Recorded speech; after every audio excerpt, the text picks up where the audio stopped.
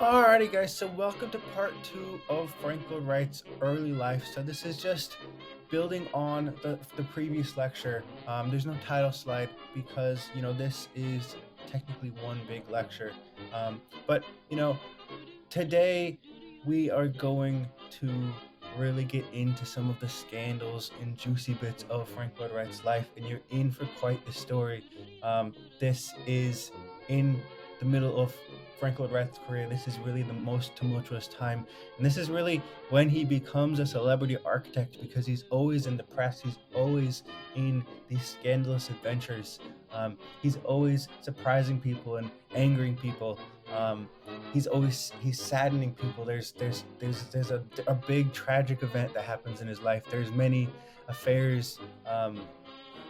There's many sort of episodes where everyone thinks Frank Lloyd Wright is done. He's broke. He's given up. He rises from the ashes. This is kind of the hero's journey. Bit of Frank Lloyd Wright's life, and it's kind of the most interesting bit to tell, and I guarantee you will be very surprised by the story I'm going to tell you today. So we're still going to look at a lot of works throughout his life, but the really juicy bit of today is going to be these tumultuous times. We're almost into the 20s and almost to the Great Depression in the 30s, and we're going to see where Frank Lloyd Wright ends up in both of those time periods. So yesterday we talked about Unity Temple. We left off with Unity Temple. Frank Lloyd Wright finished it in 1904, and by 1909, at almost 40 years old, Wright's practice for prairie style houses was still absolutely flourishing out of his studio in Oak Park, but he felt that he had done all he could do with the prairie style. As he wrote to a close friend, I was losing my grip on my work and even my interest in it. He was not really getting the kind of large scale building projects that he thought he deserved. He was still mostly designing suburban houses. So he kind of enters into a depressive, uninspired episode, and this leads him to get into an affair with one of his clients' wives, whose name is Mayma.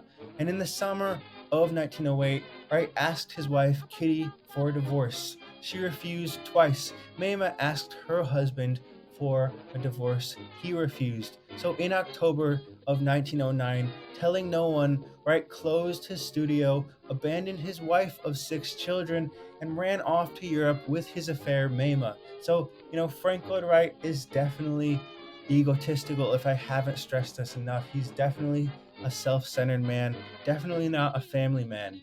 So, the two went all over Europe. They went to Berlin, they went to Italy, and they drank in all the architectural history that they could, and they drank in all the alcohol that they could. They stayed abroad for an entire year, and Frank Lloyd Wright spent all of his life savings on this trip. And in 1910, he returned to Oak Park completely out of money while Mama stayed in Europe. So, learning about the personality, the nature, the character of Frank Lloyd Wright, we know he's egotistical, we know he's self centered, but he's also very impulsive, as we're going to learn today, again and again and again.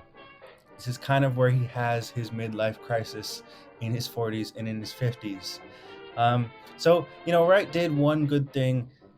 He decided, to live apart from his wife after giving them a small source of income. So, he converted his Oak Park studio, that giant octagonal studio from yesterday, into a new house so that his wife and kids could rent out the main house for money.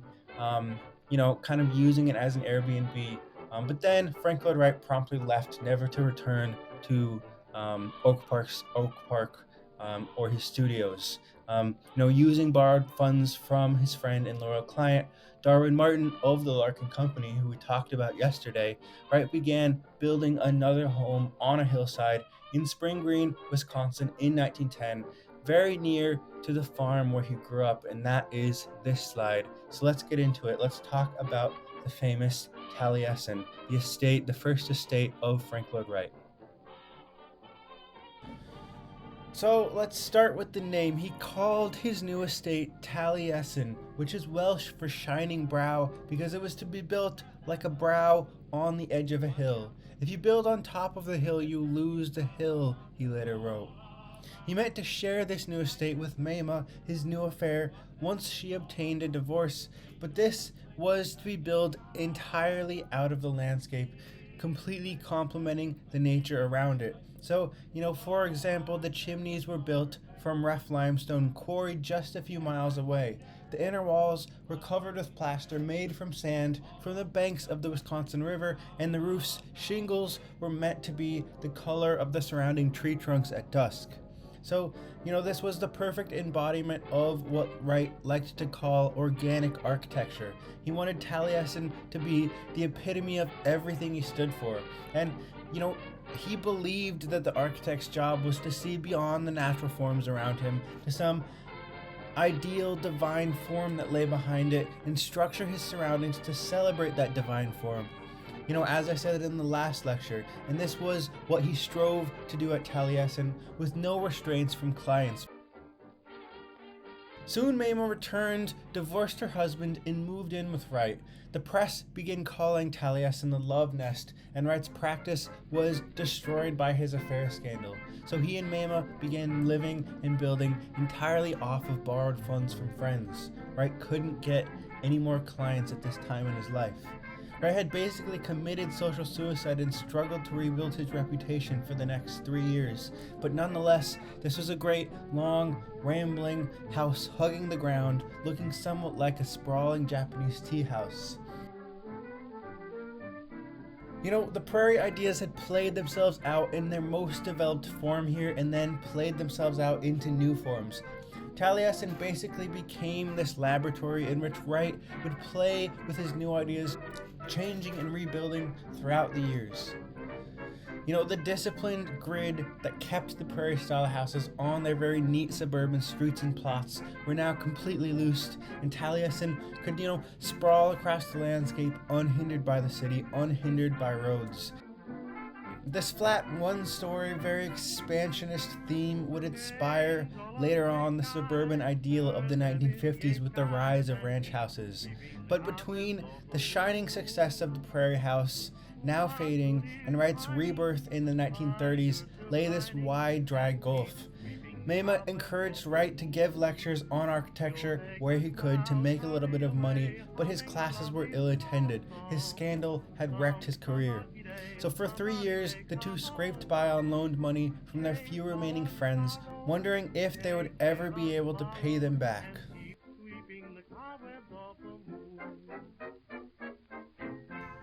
And if you thought the story was already getting juicy, we're just getting started. So in 1913, Wright miraculously managed to land a small commission for the Midway Gardens on Chicago's South Side, this whole block to be transformed into a pleasure garden. But, while Wright was absent in Chicago, returning home on the weekends, something at his estate at Taliesin went terribly, terribly wrong. While working on the Midway Gardens, Wright received a call to return to Taliesin to confront some calamity. A deranged, recently discharged servant had run amok, setting fire to Taliesin with gasoline, and then, with an axe, brutally murdering its occupants in their chairs at lunch, including Maima, 2 of her visiting children, and 4 staff members. The complex was partially destroyed, and Wright consoled himself by rebuilding a new Taliesin from the ashes of the old.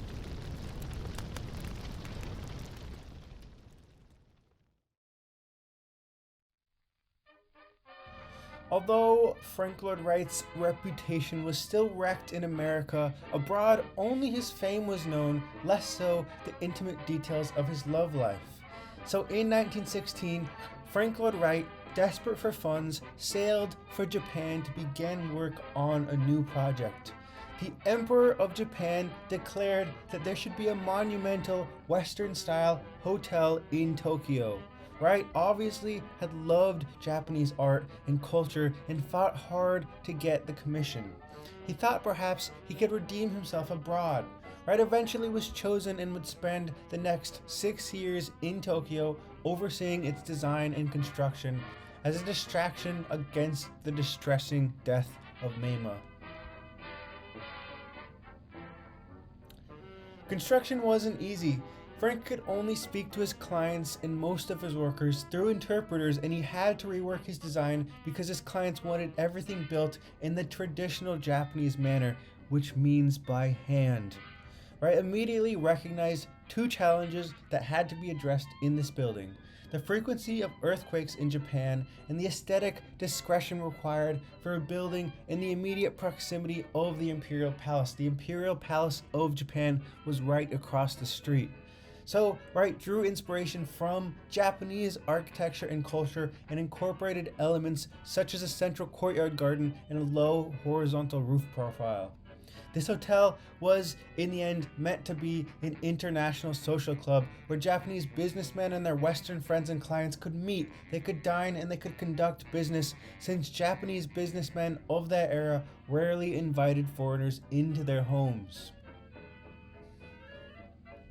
So the hotel offered a large banquet hall, private dining rooms, a cabaret, and 2 levels of tea room balconies. The furniture was arranged to accommodate intimate groupings. These meeting elements were grouped into the main central block of the building, which was then flanked on 2 sides by long wings containing the guest rooms. These wings were separated by gardens, pools, terraces, and bridges that encouraged agreeability and peace and tranquility. It was designed to withstand Japan's earthquakes caused by Mount Fuji. Wright's solution to this problem ingeniously was to build the hotel on a floating foundation that was anchored to the ground using a series of steel piles. This allowed the building to move and sway with the earth without suffering damage. Additionally, it had noticeably thicker walls at the bottom than at the top, with a series of long concrete posts to hold up the ceilings so the walls could move independently of it and of each other. In addition, the brickwork on the lower part of the structure was filled with reinforcing steel rods and concrete, while the upper bricks were left hollow to reduce the off-ground weight of the building. Instead of Japan's traditional heavy tile roofs, lightweight copper was used.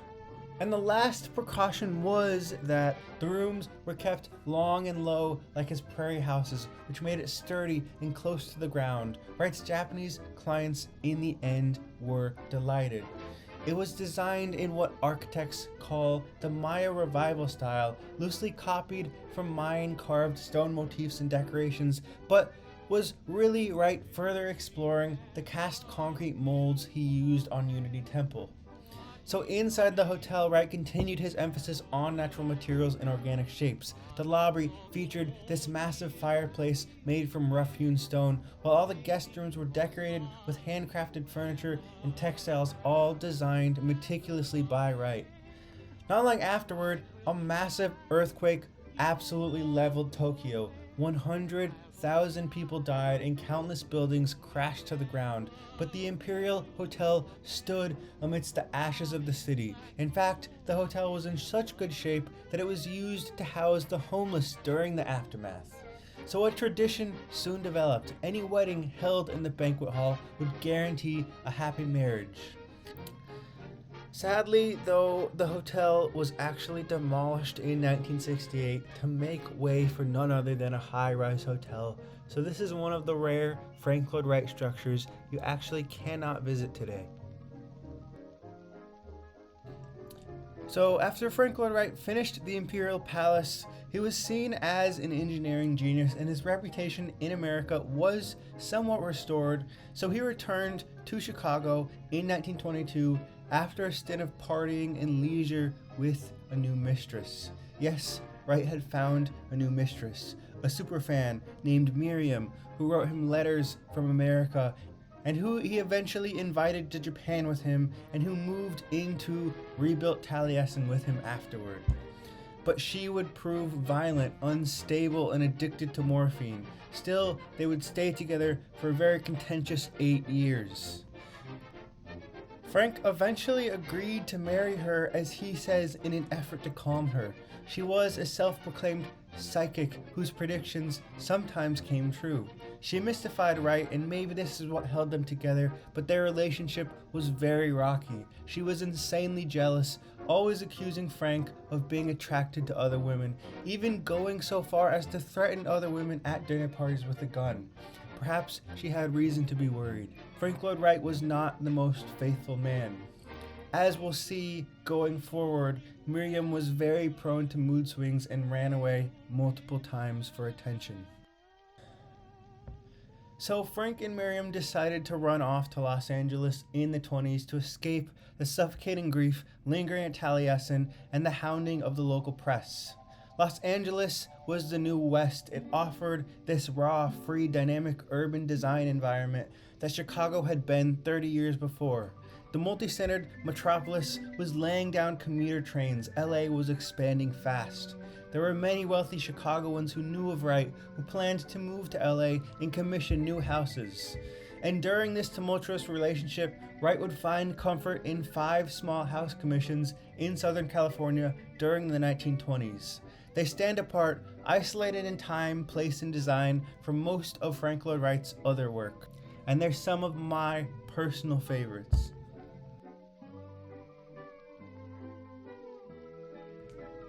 The first and most unique among them was the Hollyhock House, designed for Aileen Barnsdall in 1920, a translated Chicagoan and heiress of a wealthy oil family.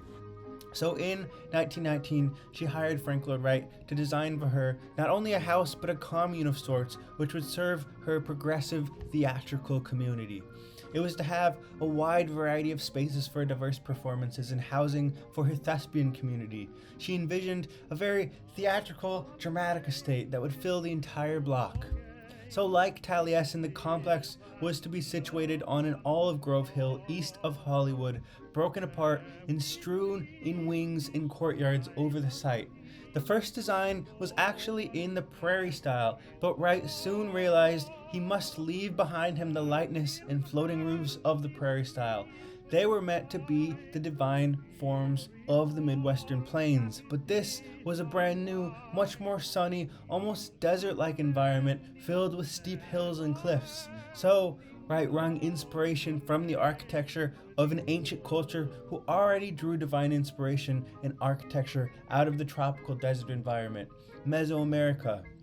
He would of course majorly abstract their forms and make them his own, but like Mesoamerica, floating roofs gave way to more solid forms of pillars, pylons, and roof terraces.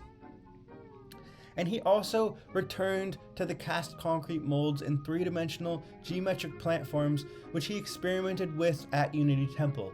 So he decided to make the house using concrete because it looked so much like stone and because it would complement the very stony landscape around it where foliage and wood was very scarce.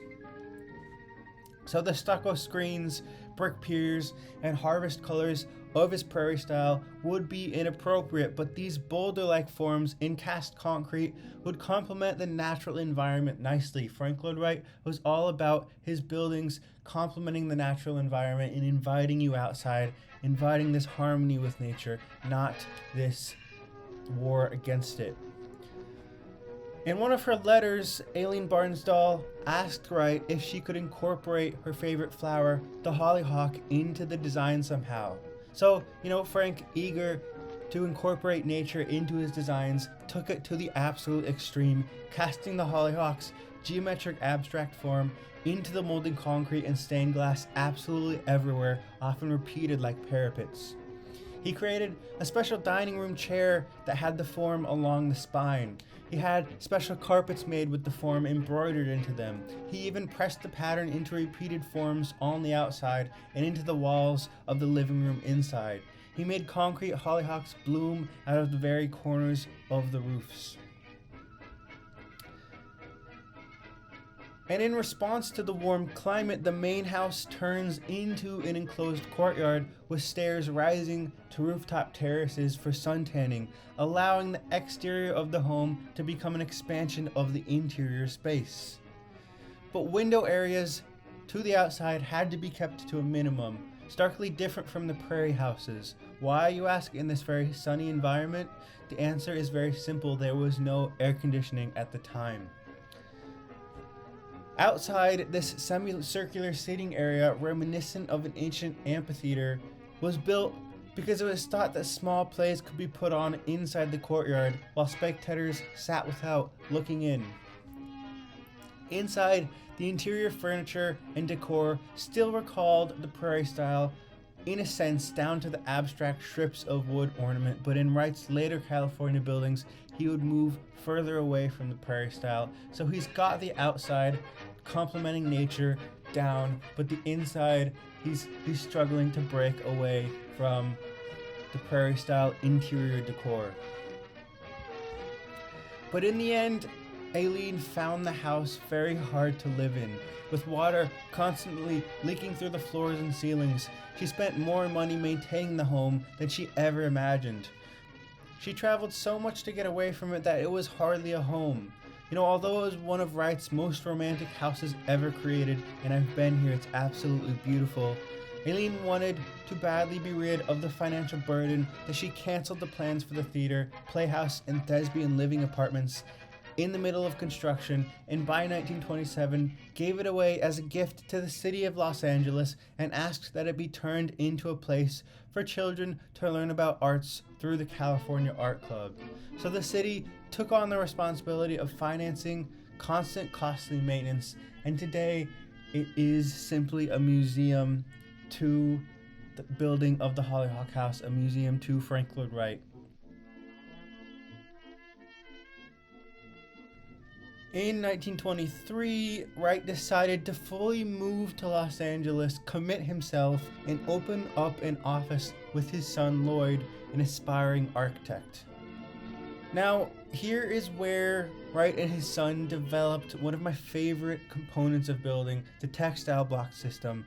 This style of architecture, which would, throughout the coming decades, inspire many architects and define villas of the Southwest. Wright thought that this was a much more appropriate architectural language than the Spanish and Italianate period-style houses that were proliferating in California. Rather than using cinder blocks, which he agrees were rough and unsightly, Wright designed a block that could be cheaply molded on-site into different patterns. Some solid, some decorated, some perforated with glass inserts, some perforated with clear openings, but the blocks themselves were made of a size and weight that could be easily handled by one person. So the overall philosophy here was putting cheap modern technology in the service of mass-producible homes of great beauty in the Southwest. The building system consisted of thin concrete blocks cast with a groove on all four edges that allowed them to fit together. These would then be set up in a row, and then a strand of reinforcing steel was set into the grooves horizontally and vertically and gout poured in to stitch the blocks together, thus becoming a woven textile system. This warp and woof of reinforcing steel was a very stable form of building in an earthquake-prone region. It allowed the building to have flexibility to sway and then return to its original position when the earthquake subsided. So the result was easy fabrication, quick assembly by unskilled labor, and affordability. So, skilled stonemasons were unnecessary. Relatively unskilled labor would suffice, and yet something very beautiful and intricate could be made. So, the Mediterranean-like landscape around LA, which the four textile blocks houses were found, gave Wright new inspiration, really unlike anything in the flat Midwest. So his designs responded, again, very dramatically to the landscape.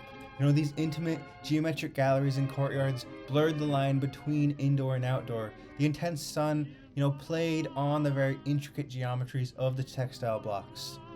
The windows in these houses were typically very narrow openings framed within the blocks, meant to mitigate the harsh glare of the sun, right? So these houses were meant to provide shelter from the intense California sunlight in an age before air conditioning.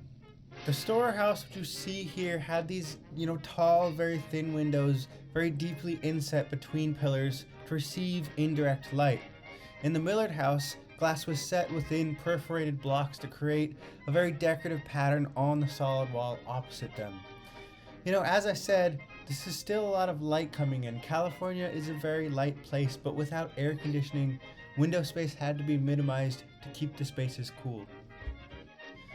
The Ennis house was the largest of Wright's Los Angeles textile houses, and it mixes hints of modern with hints of ancient temple. The textile blocks were made using granite and gravel from the site. Like many of Wright's houses, the house was literally a part of the earth. It was made to look as if it was carved from the cliff it sat on. Just as Wright said of his prairie houses, it should look as though it began there. It should be a divine form of the nature surrounding it. So hopefully you're beginning to see what I mean by this statement. What I mean by architecture is the divine form of nature in Frank Lloyd Wright's mind.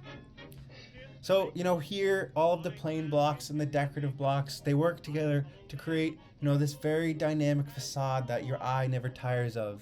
The entryway and the hallways, have these very low ceilings contrasted with these very high living spaces. And this was Wright's beginning to develop his idea of compression and expansion, which we'll see in a lot of his later works, to push you through a sense of anticipation before, you entered into the more public rooms.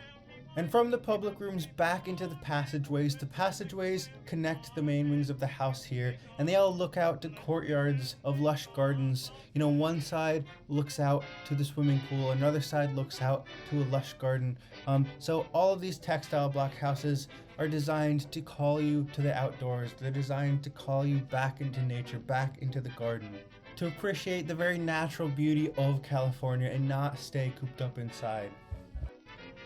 And so the Ennis House, if you recognize it, you probably recognize it from media. It's been featured, or parts of it have been featured in a lot of different TV shows and movies. It's been in Buffy the Vampire Slayer. You can find it in The Karate Kid Part 3. You can find it in Star Trek The Next Generation. It's in Predator 2. It's in Twin Peaks. It's in Westworld. It's in South Park even. And it's in Game of Thrones. And in a lot of other things that I didn't know what they were on the Wikipedia page. So if you ever see it in media, it's a very popular place to film because it's kind of alien looking, it's kind of futuristic looking. So that's the last work for today. But to finish up the class, I have a little bit more tea from Frank Lloyd Wright's relationship life. But before I get into that, I just want to share this quote. The wife of one of Wright's draftsmen describes his early houses in this summary that I think fits them. Everything we've learned up until this point so far, I think fits it so well. I think summarizes everything we've learned in his early career. So she says his early houses were all meant for a life which flows naturally from the house out of doors, but which at the same time maintain an intense privacy. They're woven into gardens, and gardens themselves become rooms. And I think this is just such a fitting statement, especially for the textile block houses in California, especially. So as promised, let's get back into the drama and update you on where Wright goes just before the Great Depression. So after these commissions in California, Wright gets into a fourth affair with a woman named Olga, this 26-year-old Russian dancer he met at a ballet, also married, also seeking a divorce. So he invites her to come up to Taliesin for just a few weeks. Soon, though, she was pregnant with Wright's child, and this whole new era of scandal began. Olga husband and Miriam pursued them with lawsuits for 4 years. Miriam even had an episode of breaking into Taliesin and breaking everything in sight to get her revenge. So the two new lovers, Frank Lloyd Wright and Olga, fled to the Minnesota woods where they hid out under assumed names. They could not do anything else to get away from the press and the hounding of Olga's husband and Miriam. So, Wright again was regarded around America as a man of great talent but dangerous moral influence who was squandering his talent on these indecent romantic episodes. So, as you can guess, once again, his reputation absolutely tanked. And during the 1920s, when the rest of America was flourishing, Frank Lloyd Wright's career was again at rock bottom. The only silver lining is that in 1927, Miriam relented and gave him a divorce, but Wright was broke. His friends and former clients had to support him again, and he and Olga married 1 year later. Then came the stock market crash of 1929. Wright's seemingly one-back career lay again in ruins as he weathered the Great Depression. So due to his personal love scandals and the excesses of his own ego, it seemed there was no bouncing back. Wright couldn't afford new clothes for 4 years. He had to sell off his prized Japanese prints just to stay afloat. So tune in next time to see how Frank Lloyd Wright weathers this storm and comes back on top for the last half of his life.